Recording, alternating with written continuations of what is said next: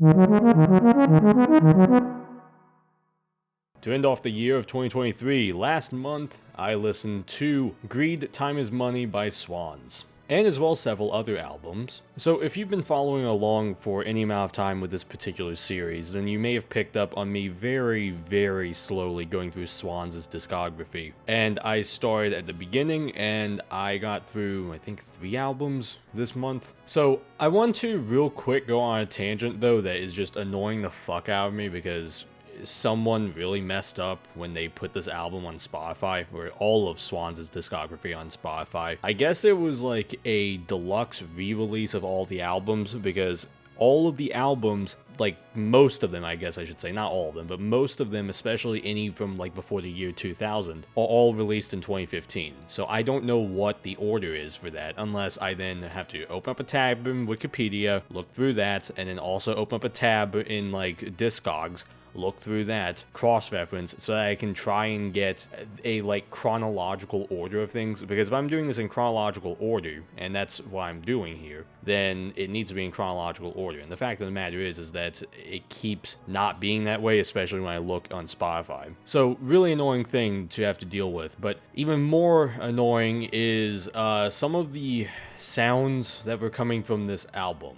Here's the thing, is that I guess Greed Time is Money and Holy Money as Screw were all recorded in around the same time, because they sound to me exactly the same. But Holy Money had a couple of higher points than Greed Time is Money. However, well, okay, look, I have a lot of notes to get through on this, so let's just get started. So on Greed, Fool is, the start of it's intriguing, but by the time that the song Stupid Child came on, I began wondering how much longer was left on the album. And that is going to be a recurring thing where I can kind of, for some of the songs that Swans put out on these 2 albums, I can kind of like just have them on in the background and not be too bothered by them. But yeah, we'll see in time how that ends up going. The song Heaven, this is a standout track because to me this feels like this is where the album should end, because this is where the album feels like it is its most rotten to the core. Now I'm saying that in a good way, because I think that that is what is going on with this album, that's the general feeling that's supposed to come from this album, and it's this album's this song on the album where I think that it reaches the apex of that. So I understand having something like that thematically. I mean, think about like Downward Spiral, 9 Inch Nails. So this feels like this should be the song, the Downward Spiral, that being the point of like the most decrepit point on the Downward Spiral before Hurt starts playing. That's what it feels like it should be on here. Yeah, but then you have a song called Money is Flesh, which just sounds like ass. I mean, what the fuck is up with these horns there in the background? Time is Money, the song has a bad intro, but the rest is actually kind of enjoyable. This is at this point getting into the Time is Money EP that was tacked onto this. Technically I listened to like 5 Swans albums this month, by the way, so I need to get through this a lot quicker. But what I liked about the song Time is Money is that it felt primal and felt like a somewhat fresh creation compared to a lot of the other songs that were on this whole album. I even thought for a bit the whole album kind of sounded like the song, that I might enjoy it a bit more. And as well, this song very clearly could go very hard live. You got an interesting one here, the song Ceiling in Skin. The intro sweep just reminded me of like Gilmore era Pink Floyd for some reason. Yeah, just a note that I had here. Okay, moving on to the next Swans album, Holy Money, A Screw. This is, like last time, also including the A Screw EP. Okay, A Hanging. This opening sounds epic. The ending is actually pretty good. This is a really good start to the album. So does it hold up? Well, it transitions very nicely into the next song, You Need Me. But then, like, okay, Fool number 2. Why are we revisiting this song already? Why have we put the same fucking song on the album? And it mostly is the same song, but it is, like, very slightly different. Like, it feels like that there was just so much material that was created from this session that for some reason they couldn't decide between full 1 and full number 2. Why not just pick one take and put it on one of the albums? I don't get it. But this version, I actually like more because of the use of the piano and as well drums in this. It ends up just working and having this really raw feeling to it that I, again, kind of liked. But then you have a screw, and wow, this song sucks. This is basically, okay, it sounded like Stay Here off of the first album, off of Filth, but if it was really, really boring. And here's the thing, is that I am looking ahead at this point on Spotify, I'm looking ahead, and I see that there are 2 more versions of this fucking song. And this is on the original album, by the way. They made an EP that just had one of the songs off the album on it again. And you may be thinking, well, okay, isn't that just a single at that point? Yeah, I would think so, but it's an EP, and it technically is another song on the EP besides just a screw, so, and it's 2 other, whatever the fuck. Like, I don't get it, man. At this point, there's just a few problems that keep coming up. 1, how boring some of the songs sound. 2, how repetitive a lot of the songs are. And I mean that because there's also Money is Flesh number 2. Oh, cool, we're pulling songs off of the other album again. Okay. About 2 minutes and 20 seconds into the song, I actually wrote, I want to never listen to music again.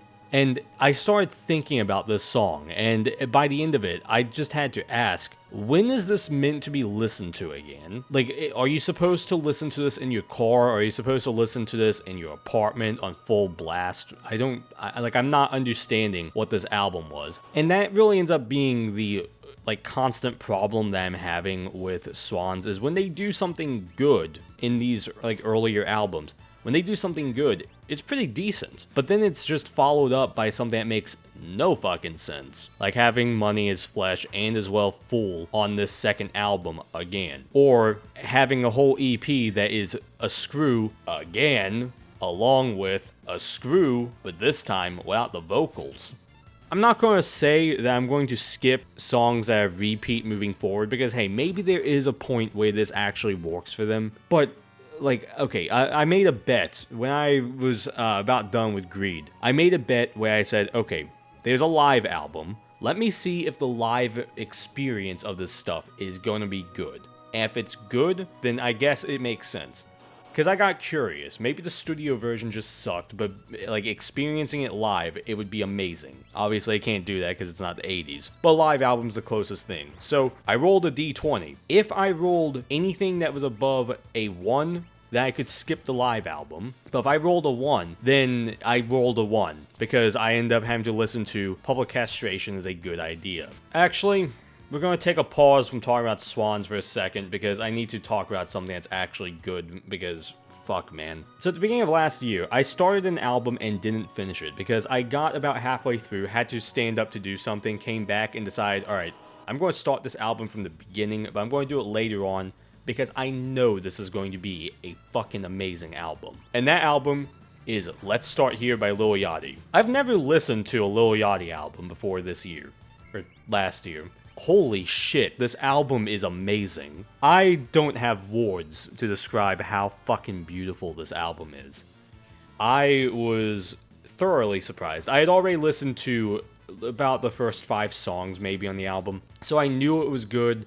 But re-listening to it in its entirety, there are only a couple of complaints I have, but the whole thing is just bliss. It is such a beautiful album. It sounds so good. Everything with it works. I am surprised that this is something that had come out last year, because it perfectly feels like something from the 70s.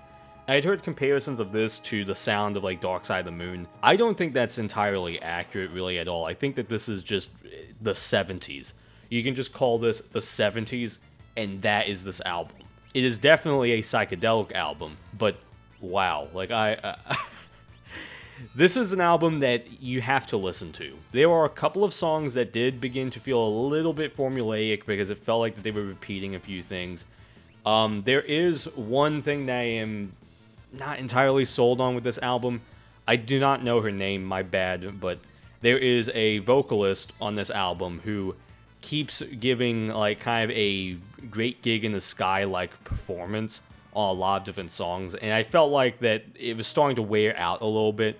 There's a reason why it was so impactful on Dark Side of the Moon, because it happened that one time on that one song, it all fit. But when you're giving the same performance on like 3 of the songs, yeah, I mean, it tends to wear out a little bit. But besides that, the whole album is so good.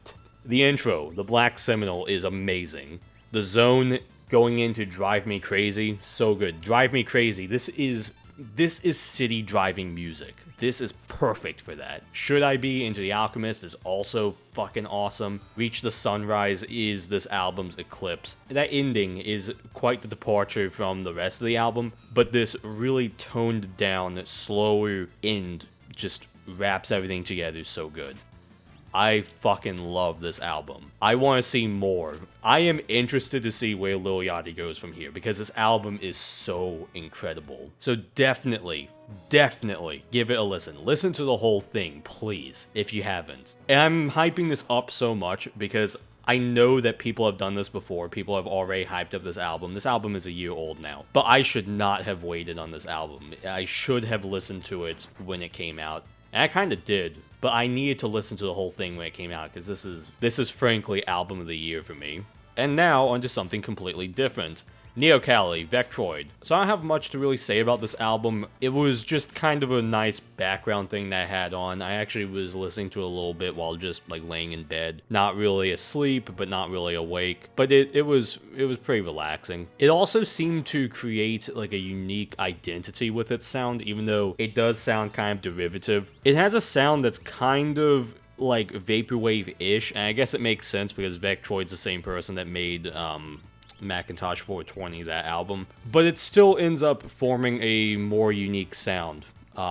So I approve. The main highlight off of this album was YR Heart. And now onto another thing that's completely different. Dogsbody Model Actriz. Yeah, so I was listening to a few like album of the year videos, like, oh, these are the best albums that came out in the year. I actually was trying to listen to some of these throughout the month of December. I had no clue who Model Actriz were, but apparently they have, I think they've been around for a little bit, but this was like their first album. This is definitely an experience. It felt like I mean, it's funny that I'm bringing up the album again, but it felt like a kind of newer but also condensed version of the Downward Spiral in a certain way. It didn't feel as like dark as that album gets, or as industrial, but there were definitely some brutal sections of the album. In fact, I'd say even the second half of this album was a lot more brutal than the first half. From the opening track, even up through Crossing Guard, the momentum of the album is still there. And given how short that the album is, like 40 minutes, you'll start it and get to the end and not realize 40 minutes have gone by. Crossing Guard, however, is also interesting because it reminded me of the 9 Inch Nails album Bad Witch. It had that sound going to it, which was interesting. But yeah, the whole album was really solid. I'm interested to see where Model Actriz goes from here. Okay, back to Swans. So, public castration is a good idea. Wow, it starts with a 12-minute version of Money is Flesh.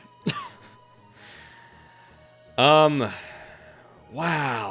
yeah, I have nothing to really say about this album. It's barely intriguing enough to keep me interested past the first 2 tracks. There was an interesting moment on a screw on this version where like the opening vocals kind of sounded like something off of Girl with Basket of Fruit by Shushu. Like even 6 minutes into the song, it's not turning me away, but it's also not selling me on the sound either. There's another interesting moment on Anything For You where there's like some chanting going on. I imagine that could be pretty cool live. Yeah, so remember when I said Hanging, the opening track on Holy Money? Remember when I said that I was like kind of cool with that song? I began losing interest with that song on this album. And yeah, I am never listening to this album again. I think I have heard that this is where good music from them is supposed to start. Because I think the next album, I don't remember the name of the next album.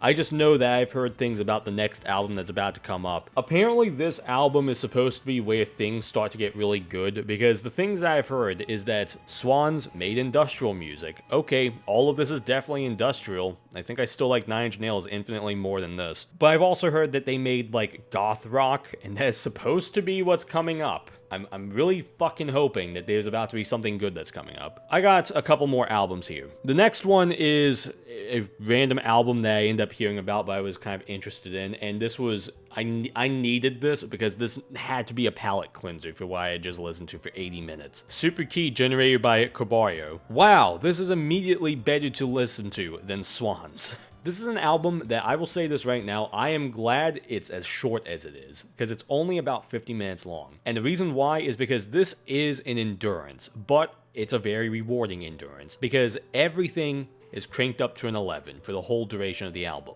Highlights include Sequence Breaker with a random moment in there that kind of reminded me of like Skrillex Bangarang of all things. Sparkling Software version 2, this goes hard.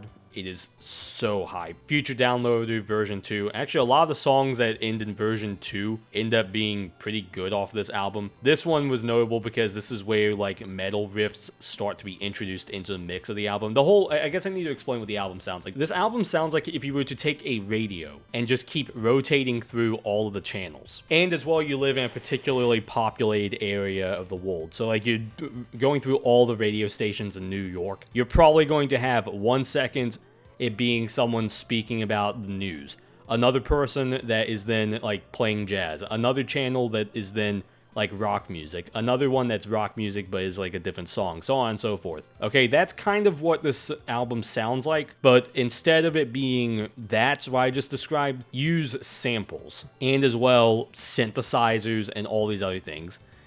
It is, as I said, everything is cranked up to 11. It sounds like that you're going between different things a lot. It sounds like you're always at, like, maximum attention while also being distracted by every other thing that's going on. It ends up making for definitely a electronic sound, I'll put it that way. I think this is also called speedcore, I think is what I've heard this described as, which, yeah, there's a lot of speed in this, so. Oh yeah, one more song to recommend, Virtual Ragnarok Chat. That, I think, is the closing song on the album. But yeah, the whole album, the last 2 songs of the album wrap it up very well. It is very well produced. It sounds really good despite it being so loud and all over the place. But it is definitely an endurance to listen to. Now on to the last stretch of this video. Yeah, this is a really long video for this series. So here's the deal. I had quite a few albums that I was planning on listening to, but I didn't get to them for, like, albums that were released last year that I wanted to listen to. I still am probably going to get to them maybe this month. But one of them was King Gizzard's Petrodragonic Apocalypse. But here's the problem. I have not caught up to the King Gizzard discography, but I decided that I would now. And I only got up to 2022. So I think in 2022 they released this album right here. I don't remember the name of it, okay? But this album, I had already listened to this in a previous month. So now the next album I had to listen to was Ice, Death, Planets, Lungs, Mushrooms, and Lava. So the opening track didn't immediately sell me. It kind of told me, like, oh, okay, so this is going to be a relaxed King Gizzard album, because this is, what, like the 5th one that they've done now of that? But once we get into Ice 5, the jam here started to remind me a lot of Can's Hallelujah. If you've ever listened to that song, it's 18 minutes of just, like, percussion, guitar, and all that, and occasionally the singer just, like, saying some wild stuff every now and again. Definitely an enjoyable song, even though I'm not that big of a fan of the rest of that album. That song in particular was pretty good. But the 3rd song on the album, Magma, oh my god, I have been re-listening to this song a lot, because this, like, the first thing I wrote about this is that it is a vibe. That's the best way I can describe it, is it is a vibe. And it builds up to the ending so well. But having now listened to it several times since, and as well, listening to a live version of it, which I will try to link the live version when I can, this is the best song off the album, without a doubt. I fucking love this song, and this would be so incredible to see live. Because that's one of the things I think King Gizzard does so incredibly well, is when they do have a jam song, they really perform it well. Past moments in their discography being stuff like Altered Beast, Hantayumi, I guess that whole album actually, Yeah, for a while, Murder of the Universe was one of my favorite King Gizzard albums. Then they released the Infest the Rat's Nest. The entirety... Oh, fuck, I almost forgot about the entirety of Polygon Dwana Land. But I think generally they have been able to, like, get better with their jams. And I think that that's also one of the things that has been so rewarding about, like, following King Gizzard. I haven't followed them from the beginning, but I probably started listening to them in, like, 2017, 2018. I think it probably was 2018, because I think it was after the year where they released those 5 albums. But what has been so rewarding listening to King Gizzard is when they have, like, improved on things, and with jams, that's definitely an area where they have improved. But with Magma, yeah, this is the best song on the whole album. But then you have Hell's Itch, which I wasn't too into. It's a bit too long. Gliese 710 is a decent way of ending off this jam album. It's a good send-off. But I think that the biggest problem I have with this album, the biggest problem I have with this album is, even though Magma is on here, and there are some good songs on here, and I did enjoy listening to it, I actually think that this album was a bit too long. I think that you probably could have carved off like 8 minutes, maybe 10 minutes at the most, because there are a couple of songs that like were pretty weak on this project. Mycelium and Hell's Itch are 2 that I can think of. But yeah, if you ever get the chance, listen to Magma at minimum. Actually, listen to this live version right here, because this version is really good.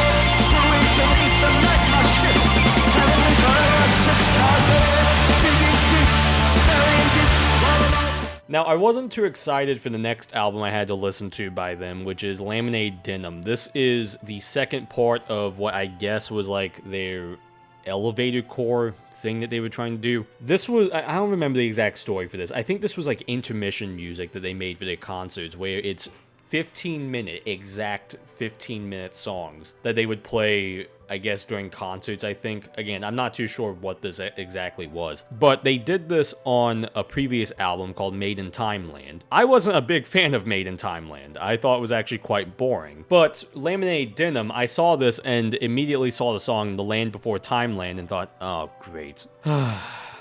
Fine, I'll listen to your, like, Cisco hold music if you want. But no, actually, it was... It actually went in a direction I was pretty satisfied with. Initially, because you had the clock ticking motif where it's like ticking for every second because, oh, it's a countdown, yeah? Well, Made in Timeland was actually like pretty good. I quite liked how this turned out, and same for Hypertension. So for this project, this like weird 2-part project that frankly feels like a callback to their previous Quarters album from years ago, this one I actually liked a lot more. So I'll give it that. Laminated Denim wasn't bad. It was actually a pretty good album to listen to and a nice thing to have in the background. But then that gets to Changes. So this album is the last album that they released in 2022. So I am now caught up to last year. And I think last year they only released 2 albums, the Petrodraconic and as well Silver Cord. So I'm only 2 albums away from finally being caught back up with King Gizzard. But yeah, Changes. This, again, was another chilled album. This was actually the direction I thought Ice Death Planets was going to go into, but then it started to go more into the jam direction. Immediately, what was a good sign on this album was the bass on Change. Very tasty sounding bass. I approve. But this song in particular was feeling kind of like a callback to sketches of Brunswick East. That I keep making these references to past King Gizzard albums because I feel like that with how versatile the band has been, it's also almost inevitable that they will begin retreading water a little bit. However, it's not entirely a bad thing because it really is just a demonstration of how they're able to cover so many different genres and as well do them pretty well. The thing that I immediately think of is what was the King Gizzard, well, generally speaking, the King Gizzard sound up to 2019, and then they drop Infest the Rat's Nest. And it's like, okay, where the fuck did thrash metal come from? Yeah, I actually don't have a lot to say about Changes. I probably need to give it another listen again. But some of the highlights were the title track, Hate Dancing, and AstroTurf. AstroTurf especially, because it didn't immediately convince me at the beginning, but by the end, it was kind of like, it had a similar way of growing on me like Magma did. And, would you believe it, that is the end of the video. that is all the albums I listened to in the month of December to wrap off 2023. Here is to this year, whatever comes out this year. I'm probably still going to be listening to albums from the 90s, aren't I? Anyway, subscribe to the channels. I'm out.